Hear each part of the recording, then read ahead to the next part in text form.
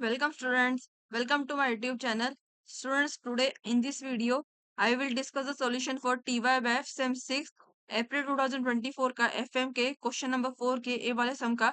Student इसके वाले जितनी प्रैक्टिकल सम के सॉल्यूशन थे क्वेश्चन नंबर 2 से लेकर क्वेश्चन नंबर 3 के बी तक उनकी वीडियोस बना के मैंने अपने चैनल पे अपलोड कर दिए और इस वीडियो के डिस्क्रिप्शन बॉक्स में आपको उसके लिंक मिल जाएंगे। आप लोग उस लिंक पे जाके उनका सॉल्यूशन रेफर कर सकते हो।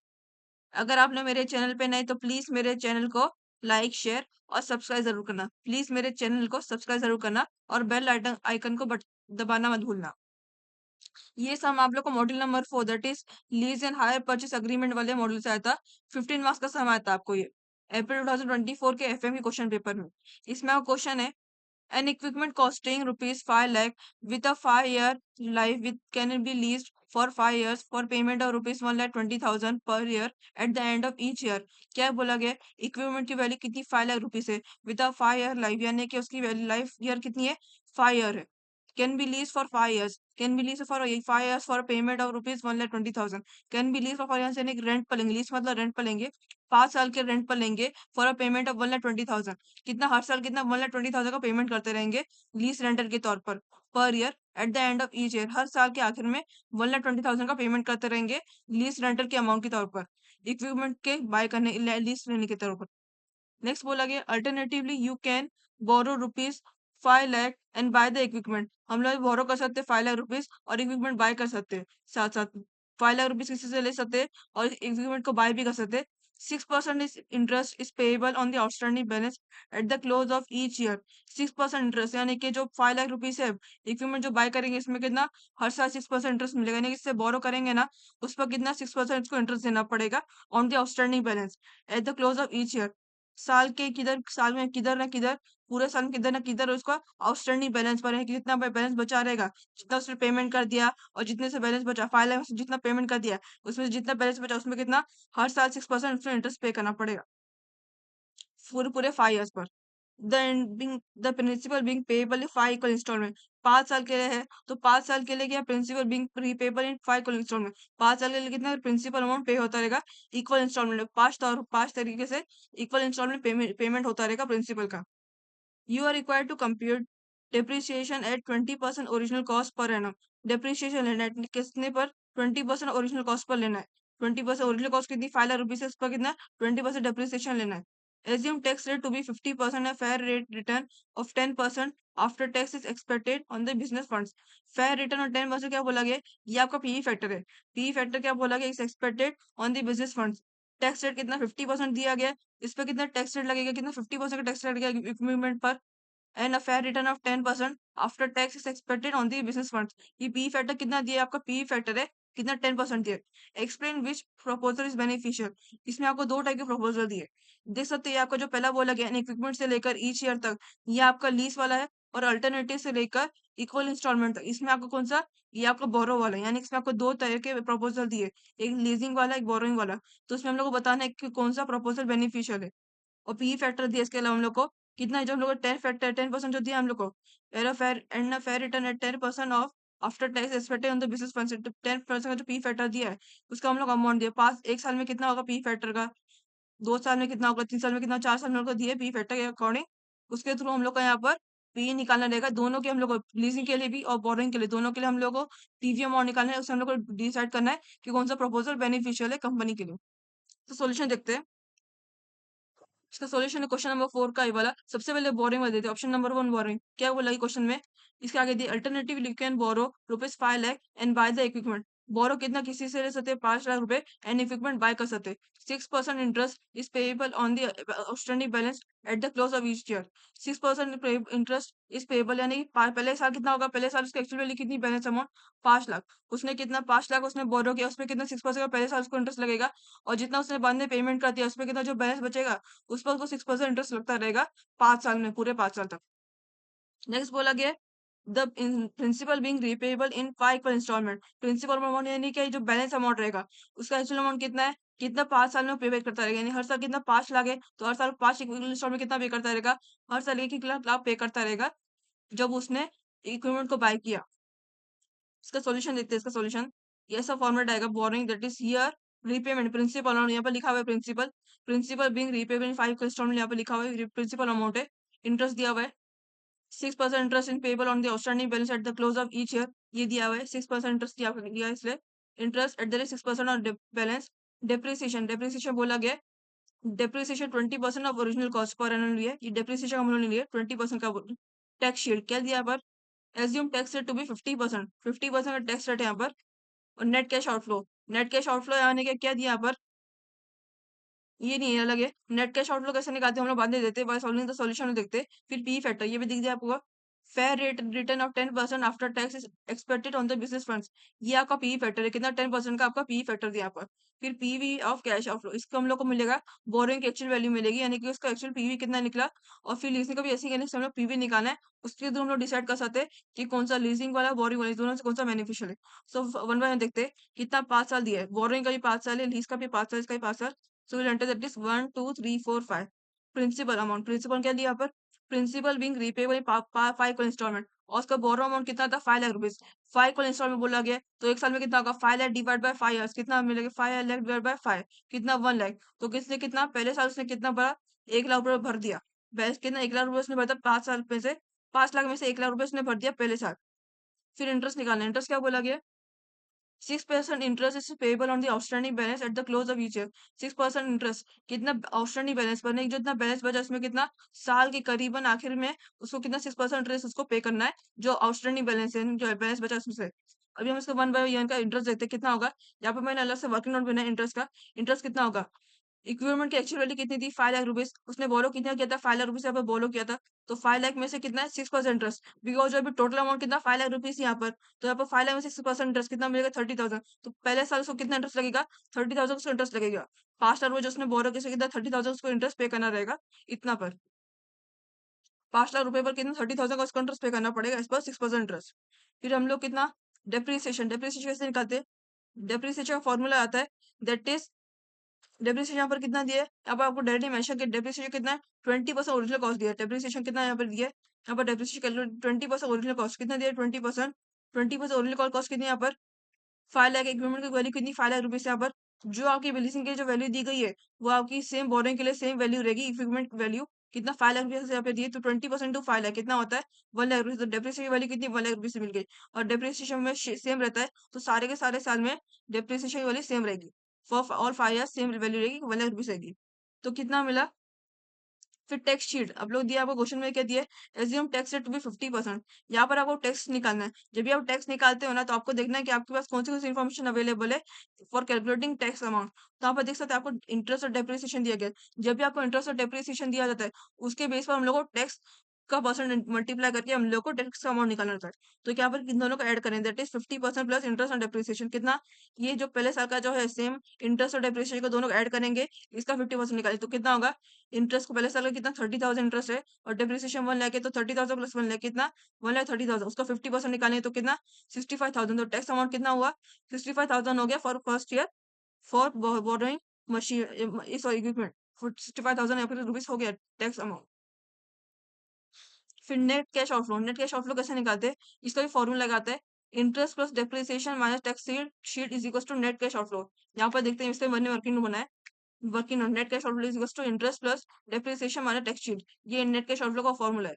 तो अब इंटरेस्ट अमाउंट कितना मिला पहले साल का 30,000, डेप्रिसिएशन 1 लाख मिला, 65,000 टैक्स शीट मिली तो कितना होगा 30,000 प्लस 1 लाख माइनस 65,000 कितना 65,000 बैलेंस बचा। ये आपका नेट कैश आउटफ्लो का वैल्यू है कितना 65,000। फिर पीवी फैक्टर इधर 10%, यहाँ पर क्वेश्चन आपको ऑलरेडी पीवी फैक्टर का अमाउंट दिया है दैट इज क्या बोला गया ईयर 1 के लिए 0.91 आएगा, तो ये अमाउंट यहाँ पे मेंशन करते हैं दैट इज 0.91 वाला नंबर यहाँ पे मेंशन करते हो कितना होगा। अभी फिर आता है पीवी और कैश आउटफ्लो, पीवी और कैश फ्लो फिर सेम ऐसे ही होगा, इन दोनों का multiply that is net cash outflow into PV कितना को मिलेगा 65,000 टू 0.91 कितना मिलेगा 59,150 आपको पीवी ऑफ कैश आउटफ्लो मिला for first year. For borrowing equipment कितना मिला 59,150 वैल्यू मिली पीवी ऑफ कैश फ्लो की for first year for borrowing equipment. फिर नेक्स्ट सेम ये सेकंड का वैसे करते रहेंगे। ये जो आपको क्या बोला गया क्वेश्चन आपको बोला गया प्रिंसिपल बीइंग रीपेड इन 5 इंस्टॉलमेंट, तो यहाँ पर पहले साल में उसने एक बार और कितना था इसकी एक्चुअल वैल्यू इक्विपमेंट की एक्चुअल कॉस्ट कितना है 5 लाख उसने बोरो किया इक्विपमेंट बाय करने के लिए। तो यहाँ पर इक्वल इक्वल इंस्टॉलमेंट बोला गया तो हर साल 1-1 लाख होगा, तो यानी कि साढ़े 5 साल के लिए 1 लाख वाली वैल्यू रहेगी प्रिंसिपल अमाउंट की, प्रिंसिपल अमाउंट कितना रहेगा 1 लाख वाली वैल्यू रहेगी for principal amount for repaying. सारे के सारे ईयर में। अभी नेक्स्ट इसका इंटरेस्ट देखते हैं। इंटरेस्ट अभी कितना हुआ है यहाँ पर, पहले साल में उसने 5 लाख पर 30,000 उसने इंटरेस्ट लगा था, तो कितना 5 लाख में से 1 लाख उसने पे कर दिया था। यहाँ पर प्रिंसिपल जो यानी कि उसने पेमेंट अमाउंट है आपका, रीपेमेंट अमाउंट है कितना 1 लाख उसने पे कर दिया। तो 5 लाख माइनस 1 लाख कितना 4 लाख हुआ। तो सेकंड ईयर में कितना 4 लाख बचा, तो 4 लाख पर 6% इंटरेस्ट निकालेंगे। दैट इज 4 लाख इंटू 6% कितना मिलेगा 24,000। 24,000 पर एंटर करती है। फिर डेप्रिसिएशन सेम अमाउंट यहाँ पर सेम अमाउंट लिखा। फिर टैक्स शीट, इंटरेस्ट पर डेप्रिसिएशन टू 50% कितना मिलेगा 1,24,000 इंटू 50% कितना मिलेगा 62,000 आपको टैक्स अमाउंट मिल गया। 62,000 आपको टैक्स अमाउंट मिल गया। फिर नेट कैश आउटफ्लो करते हैं। तो क्या आपको नेट कैश आउटफ्लो फॉर्मूला क्या है, इंटरेस्ट पर डेप्रिसिएशन माइनस टैक्स शीट आपका नेट कैश आउटफ्लो का फॉर्मूला है। सेकंड में देखते हैं 24,000 इंटरेस्ट मिला था 1 लाख डेप्रिसिएशन 62,000 टैक्स शीट था। तो 1,24,000 माइनस 62,000 कितना मिलेगा 62,000 आप लोगों का नेट कैश आउटफ्लो मिलेगा फॉर सेकंड ईयर। यहाँ पर एंटर कर दिए 62,000। 6000 यहाँ पर हम लोग एंटर कर दिए। फिर नेक्स्ट हम लोग कितना दिए पी फैक्टर क्वेश्चन में, सेकंड का दैट इज सेकंड ईयर का कितना दिया 0.83 दिए। तो यहाँ पर वो मेंशन है दैट इज 0.83। तो कितना पी और कैश फ्लो कितना मिलेगा 62,000 टू 0.83 कितना मिला 51,462 460 रुपीज आप लोग को मिल गया PV of cash flow for second year for boring equipment. कितना मिलेगा 51,460 वैल्यू आपको रुपीज मिल गया आपको पीवी ऑफ कैश फ्लो की। सेम थर्ड ईयर का बेसिक करते हैं। सारे के सारे इसमें प्रिंसिपल और डेप्रिसिएशन अमाउंट सेम आएगी, बिकॉज प्रिंसिपल क्या बोला इक्वल इंस्टॉलमेंट बोला गया है और डेप्रिसिएशन वैल्यू हमेशा सेम रहती है। तो यहाँ पर सारे के सारे हम लोगों ने वैल्यू पर ऑलरेडी कंसिडर कर दिए। उसके बाद हर चीज के लिए हर ईयर के लिए अलग से प्रिंसिपल और डेप्रिसिएशन अमाउंट कैलकुलेट करने की जरूरत नहीं पड़ेगी अभी हमको। फिर अभी नेक्स्ट हम इंटरेस्ट का देखते हैं। थर्ड ईयर का इंटरेस्ट का देखते हैं। इंटरेस्ट कितना है अभी यहाँ पर कितना, पहले साल में उसने 1 लाख पे कर दिया, 5 लाख में से 1 लाख उसने पेमेंट कर दिया। सेकंड ईयर में उसने कितना 4 लाख बचा था, 5 लाख में से 1 लाख उसने पे कर दिया तो 4 लाख बचा था। तो यहाँ पर उसने कितना सेकंड ईयर उसने 1 लाख पे कर दिया, तो 4 लाख में से अभी 2 लाख यानी सॉरी 5 लाख में से 2 लाख, क्योंकि 1 लाख उसने पेमेंट पहले पे कर दिया और 1 लाख उसने दूसरे ईयर में पे कर दिया। तीसरे साल का हम लोग इंटरेस्ट निकालना है, तो यानी कि 3 लाख बचा अभी। 5 lakh minus 2 lakh for 2 years, तो कितना बचा 3 लाख बचा। तो 3 लाख में 66% का इंटरेस्ट है तो कितना मिलेगा 3 लाख इंटू 6% कितना 18,000 रुपीज मिला। ये आपका इंटरेस्ट अमाउंट है थर्ड ईयर का इंटरेस्ट अमाउंट। डेप्रिसिएशन कितना 1 लाख मिला और टैक्स शीट कितना अगर इंटरेस्ट फॉर डेप्रिसिएशन इंटू 50% तो कितना मिला 59,000 वैल्यू मिलकर टैक्स अमाउंट की। फिर net cash outflow interest for depreciation minus tax sheet कितना मिलेगा 18,000 प्लस 1 लाख माइनस 59,000 कितना 59,000 नेट कैश आउटफ्लो की वैल्यू मिल गई आप लोग को। फिर नेक्स्ट आप लोग थर्ड ईयर का कितना दिए पी फैक्टर 0.75 को वैल्यू दी पी फैक्टर की। विल एंटर दैट इज 0.75 पर एंटर कर देंगे। फिर net cash outflow to PV factor that is कितना 59,000 टू 0.75 कितना 44,250 आपको वैल्यू मिल गई पीवी ऑफ कैश फ्लो की। फिर सेम फोर्थ ईयर पे ऐसे ही करते, कैसे करेंगे यहाँ पर पहले साल में उसने इंटरेस्ट यहाँ पर प्रिंसिपल में सेम रहेगा। पहले साल में उसने 5 लाख में से 1 लाख पे कर दिया, दूसरे साल में उसने 5 लाख में से 4 लाख में से 1 लाख पे कर दिया, तीसरे साल में 3 लाख में से 1 लाख उसने पे कर दिया, बचा कितना 2 लाख बचा। और दोनों साल के लिए कितना 2 लाख बचा। तो इसमें हम लोग को इंटरेस्ट निकालना है। तो यहाँ पर four that is 2 lakh into 6% कितना 12,000 यहाँ पर वैल्यू की इंटरेस्ट अमाउंट कितना 12,000 will enter that is 12,000 interest amount यहाँ पर एंटर कर देंगे। फिर डेप्रिसिएशन कितना होगा 1 लाख यहाँ पे और टैक्स शीट कितना होगा 12,000 प्लस 1 लाख इंटू 50% कितना 56,000 वैल्यू मिल गई टैक्स शीट की अमाउंट मिल गई। फिर net cash outflow interest plus depreciation minus tax sheet interest plus depreciation minus tax sheet interest 12,000 plus 1 lakh minus 50,000 कितना 56,000 नेट कैश आउटफ्लो की वैल्यू आपको मिल गई। Will enter that is for fourth year 56,000 यहाँ पर enter कर दिए। फिर आपको पी फैक्टर कितना दिया था 0.68 यहाँ पर आपको मिल गया था P factor that is will enter that 0.62 68 यहाँ पर एंटर कर देंगे। इन दोनों को मल्टीप्लाई करेंगे तो कितना मिलेगा पीवी 56,000 टू 0.6 फिर net cash outflow into P factor कितना 0.50,000 टू 0.68 कितना 30,080 रुपीज आप लोगों को पी वैल्यू मिल गई for fourth year. Same for fifth year इसी करते प्रिंसिपल अमाउंट सेम रहेगा। अभी कितना यहाँ पर प्रिंसिपल बचा पहले यहाँ पर कितना 1 लाख रुपये बचा, उसने 4 साल में 4 लाख पे कर दिया, अभी कितना 1 लाख बचा, तो इस पर उसको इंटरेस्ट बचेगा मिलेगा। 5 में से 4 लाख उसने 4 साल में पे कर दिया, बचा कितना 5 साल में 1 लाख रुपए पे कर दिया, तो इस पर उसको इंटरेस्ट मिलेगा कितना पे करना पड़ेगा 1 लाख इंटू 6% 6,000 यहाँ पर उसको इंटरेस्ट लगेगा। तो 6,000 यहाँ पर इंटरेस्ट अमाउंट यहाँ पर एंटर कर दिए। डिप्रिसिएशन अमाउंट कितना 1 लाख है और टैक्स शीट कितना 6,000 प्लस 1 लाख इंटू 50% कितना मिलेगा 53,000 आपको टैक्स शीट की अमाउंट मिल गई। फिर नेट कैश आउटफ्लो कैसा होगा 6,000 इंटरेस्ट का अमाउंट और डेप्रिसिएशन का अमाउंट माइनस टैक्स शीट का अमाउंट, तो 6,000 प्लस 1 लाख प्लस माइनस 50,000 कितना मिला 50,000 आपका नेट कैश आउटफ्लो हो गया फॉर फिफ्थ ईयर। तो नेट कैश आउटफ्लो कितना 53,000 मिल गया। अभी नेक्स्ट हम लोग यहाँ पे देख सकते हैं आपको पीवी फैक्टर क्वेश्चन आपको फिफ्थ ईयर का नहीं दिया है। आपको पीवी फैक्टर कैसे निकालते हैं, आप लोग को पीवी फैक्टर आपको कितना दिया 10% दिया है, तो आपको पीवी फैक्टर जवाब निकालते हो आपको कहना था 1/1.10 1/1.10 क्यों लेना है। यहाँ पर आपको कितना 10% दिया है, अगर आपको कुछ भी दिया था 116 दिया जाता 18 दिया जाता तो आपको क्या लेना था 1.1 1 डिवाइड बाय 1. 1.6 लेना होता है या फिर 1 डिवाइड बाय 1.11 ऐसा लेना है। लेकिन यहाँ पे आपको 10% दिया है तो 1 डिवाइड बाय 1.10 आपको लेना है, जिससे आपको पी फैक्टर मिले। तो कैसे मिलेगा? 1 divide by 1.10 into is equal to, into करेंगे तो कितना मिलेगा? इज इक्वल टू जो आपको वैल्यू मिलेगी उसका फिर से इज इक्वल टू कर देना, बिना कुछ करे फिर से इक्वल टू कर देना। तो कितना मिलेगा आपको? 1.10, 1 divide by 1.10 into is equal to करो, आपको कितना मिलेगा? 0.91 मिलेगा। फिर से आपको कुछ नहीं करिए, डायरेक्टली इज इक्वल टू करना है तो आपको 0.83 मिलेगी। फिर से आपको डायरेक्टली इज इक्वल टू करना है तो आपको 0.75 मिलेगी। फिर से इज इक्वल टू का आपको कितना? 0.68 मिलेगी। फिर आपको फिफ्थ ईयर का बोला तो फिफ्थ ईयर का ऐड करना है। अभी आपको फिफ्थ ईयर का बोला तो टोटल 5 टाइम्स आपको करते रहना है, इज इक्वल टू करते रहना है। तो आपको कितनी वैल्यू मिलेगी फिफ्थ ईयर की? 0.62 आपको वैल्यू मिल जाएगी। 0.62 आपको वैल्यू मिल जाएगी यहाँ पर फिफ्थ ईयर की पी फैक्टर की। तो यहाँ पर इन दोनों पी फैक्टर हम लोग को मिल गया। फिर सेम यहाँ पर मल्टीप्लाई तो कितना? 50,000 इंटू 0.62 कितना मिलेगा आपको? PV of cash flow is equal to 30,860 आपको वैल्यू मिल गई फिफ्थ ईयर की फॉर बोरिंग इक्विपमेंट। अभी हम लोग को सारे के सारे 5 साल का हम लोग पीवी पे वैल्यू मिल गई। तो यहाँ पर हम लोग टोटल करेंगे बिकॉज हम लोग को यहाँ पर क्या दिखाना है? कौन सा प्रपोजल बेनिफिशियल। हम लोग को पीवी वैल्यू के थ्रू हम लोग बता सकते हैं कौन सा प्रपोजल बेनिफिशियल रहेगा।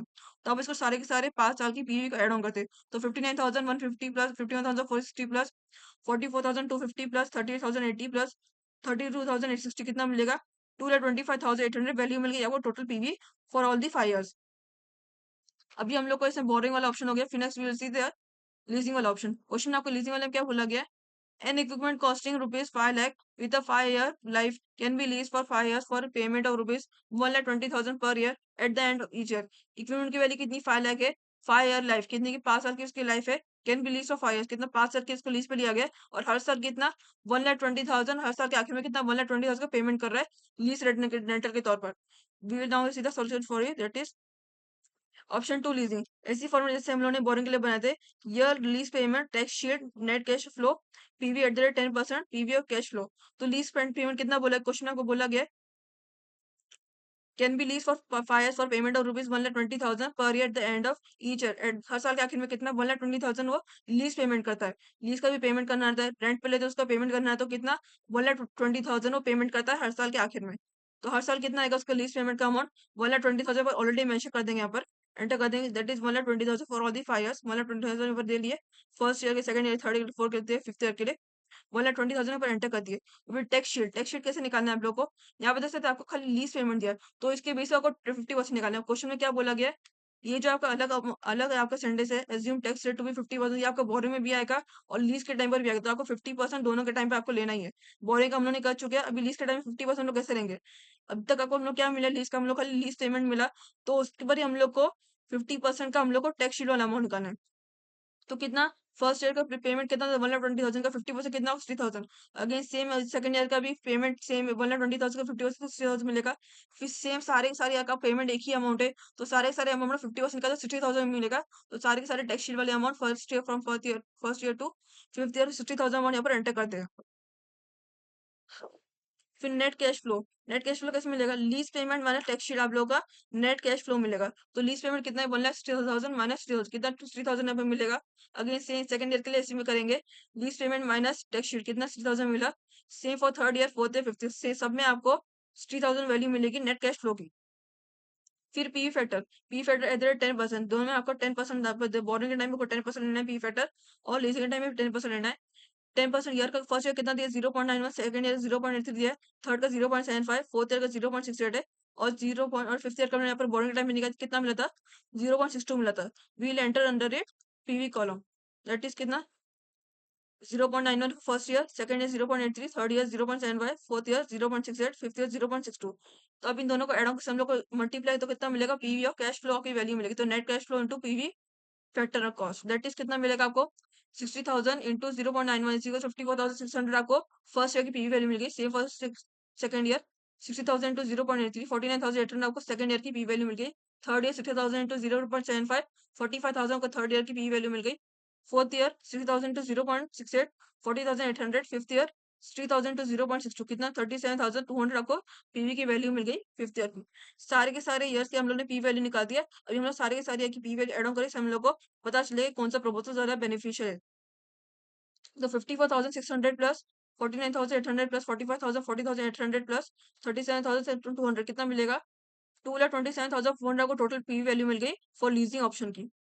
अभी हम लोग को यहाँ पर लीजिंग ऑप्शन की पी वैल्यू मिल गई, बोरिंग ऑप्शन में पीवी निकाल दिए। अभी हम लोग और क्या बोला कि नेक्स्ट हम लोग क्वेश्चन में explain which proposal is beneficial. अभी हम लोग कैसे निकालेंगे कौन सा प्रपोजल बेनिफिशियल है। आप लोग को देखना है कि जो आपका दो ऑप्शन है, एक आपका अल्टरनेटिव ए है यानी बोरोइंग है, और एक आपका बी वाला दैट इज लीजिंग वाला। तो उसमें आपको बताना है कि कौन से इसमें कौन सा प्रपोजल में वैल्यू कम है, पीवी कम है, उसको आप लोग को प्रपोजल वो बेनिफिशियल है आपका। तो अब इसमें कौन सी पी वैल्यू कम है। बोरिंग आपको पी वैल्यू कितनी मिली, 2,25,800 मिली, और लीजिंग आपको पी वैल्यू कितनी मिली, 2,27,400 को वैल्यू मिल गई। इन दोनों में देख सकता है कि बोरिंग वाली वैल्यू कम है। बोरिंग में आपका 2,25,800 आ रहा है, और लीजिंग में आपका 2,27,400 आ रहा है कि आपकी बोरिंग वाली वैल्यू कम है। तो वो हम लोग सजेस्ट करेंगे कंपनी को कि इस कंपनी को इसके लिए जाना चाहिए। कंपनी को जो है इक्विपमेंट वो बोरो करना चाहिए, लीज नहीं करना चाहिए। तो इसका कैसे लिखेंगे यहाँ पर, इसका आप लोग स्टेटमेंट लिखना बहुत जरूरी है। बिकॉज इसमें एट द एंड आप लोग का ये आपको पता प्रूफ करना है कि आपको कौन सा प्रपोजल बेनिफिशियल है, ये आपको निकालना है। इस पर आप लोगों को एक मार्क रहते हैं, और इसके लिए आपको सेंटेंस लिखना जरूरी है। स्टेटमेंट लिखना जरूरी है, तो कैसे लिखेंगे, present value of cash flow is less for boring option. देख सकते हैं आपको बोरिंग ऑप्शन कितना मिली, 2,25,800 को वैल्यू मिल गई, और इस compare for leasing option leasing की कितना मिली, 2,27,400 को वैल्यू मिल गई। तो यहाँ पर क्या होगा, hence it is beneficial to take equipment avoiding boring option. जब भी आप लोग का ऐसा टाइप क्वेश्चन आता है, उसमें आपको देखना है बोरिंग और लीजिंग में से किसकी पीवी वाली वैल्यू कम है। यहाँ पर देख सकते हैं कि बोरिंग वाली वैल्यू जो है कितनी, 2,25,800, और लीजिंग वाली पीवी की वैल्यू 2,20,400, यानी कि इसमें जो है बोरिंग वाली पीवी की वैल्यू कम है। तो कंपनी को जो है ये वाले बोरिंग वाले ऑप्शन के लिए जाना चाहिए, उसको जो इक्विपमेंट बोरो करना चाहिए, लीज नहीं करना चाहिए, बिकॉज उसका जो पीवी वैल्यू वो यहाँ पर कम है बोरिंग के लिए। तो उसके लिए कंपनी को बोरिंग वाले ऑप्शन के लिए जाना चाहिए, नॉट द लीस्ट वन। इसके लिए स्टेटमेंट लिखना बहुत जरूरी है, hence it is beneficial to take equipment availing boring option. बस ये सब इतना ही था आप लोगों को। इसमें आपको एट द यही बताना था कि कंपनी को कौन से प्रपोजल ऑप्ट करना चाहिए, बोरिंग का या फिर लीजिंग का। और ऐसे टाइप का समय आप लोगों को 3 to 4 फॉर्म्स में आता है, लेकिन वो आप लोगों को ऐसे खाली बोरिंग और लीजिंग, परचेसिंग, बोरिंग, लीजिंग, ऐसे टाइप के इसमें आता है खाली क्वेश्चन में। उसमें आपको एंड में खाली ये बताना रहता है कि कौन से ऑप्शन के लिए जाना चाहिए कंपनी को, कौन सा बेनिफिशियल है, बस इतना ही बताना रहता है। अगर आप लोगों को हायर परचेस का या फिर लीजिंग फाइनेंस वाले किसी भी सम का कोई और डाउट है, तो आप उसकी रिक्वायरमेंट डाल सकते हो, कमेंट बॉक्स सेक्शन है, उसके बारे में मुझे पूछ भी सकते हो कमेंट बॉक्स में। मैं उससे आपका डाउट भी क्लियर कर दूंगी। और अगर आपको इस पर्टिकुलर सम से भी कोई डाउट है, तो आप इसका भी डाउट व्हाट्सअप सॉरी इसमें डाल सकते हो, कमेंट बॉक्स सेक्शन है। मैं उस पर्टिकुलर डाउट का क्लियर इसमें आपको कमेंट बॉक्स के थ्रू दे दूंगी। नेक्स्ट वीडियो में मैं आपको क्वेश्चन नंबर 4 के बी वाले सम का सॉल्यूशन बताऊंगी।